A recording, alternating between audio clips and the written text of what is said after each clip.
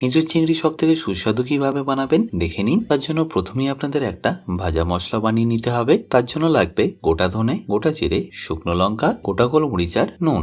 এবার এই সব কিছুকে ভালো করে ভেজে একটা পাউডার করে নিন। এবার গরম জলে হলুদ, কাশ্মীরি লঙ্কার গুঁড়ো আর নুন দিয়ে আলুটাকে হালকা একটু ব্লাঞ্চ করে নিন। আর আলুর পরে এঁচোড়টাকে আপনাদের ওই একইভাবে ব্লাঞ্চ করে নিতে হবে। তারপর কড়াইতে সর্ষের তেল নিয়ে চিংড়ি মাছটাকে হালকা একটু ম্যারিনেট করে প্রথমে ভেজে নিন। আর ভাজা হয়ে গেলে ওই একই তেলে আলু আর এঁচোড়টাকেও ওই একইভাবে লাল লাল করে ভেজে নিন। আর তারপর ভাজা হয়ে গেলে দিয়ে দিন এর মধ্যে কিছু গোটা গরম মশলা। তারপর পেঁয়াজ কুচি দিয়ে এটাকে ভালো করে ভাজতে থাকুন। তারপর দিয়ে দিতে হবে আদা রসুন বাটা, কাঁচা লঙ্কা বাটা, সামান্য কুচনো কাঁচা লঙ্কা। তারপর মশলার মধ্যে দিয়ে দিন হলুদ গুঁড়ো, কাশ্মীরি লঙ্কার গুঁড়ো, ধনে গুঁড়ো, জিরে গুঁড়ো আর স্বাদ মতো নুন। তারপর একবার মিশিয়ে নিয়ে টমেটো পেস্ট এখানে দিয়ে দিতে হবে। আর তারপর কুক করে নিতে হবে যতক্ষণে কাঁচা গন্ধ চলে যাচ্ছে। ভেজে রাখা আলু, এঁচোড় আর চিংড়ি মাছটাকেও দিয়ে দিতে হবে। তারপর জল দিয়ে ফুটিয়ে নিয়ে ফিনিশ করুন গরম মশলা, ভাজা মশলার ঘি দিয়ে।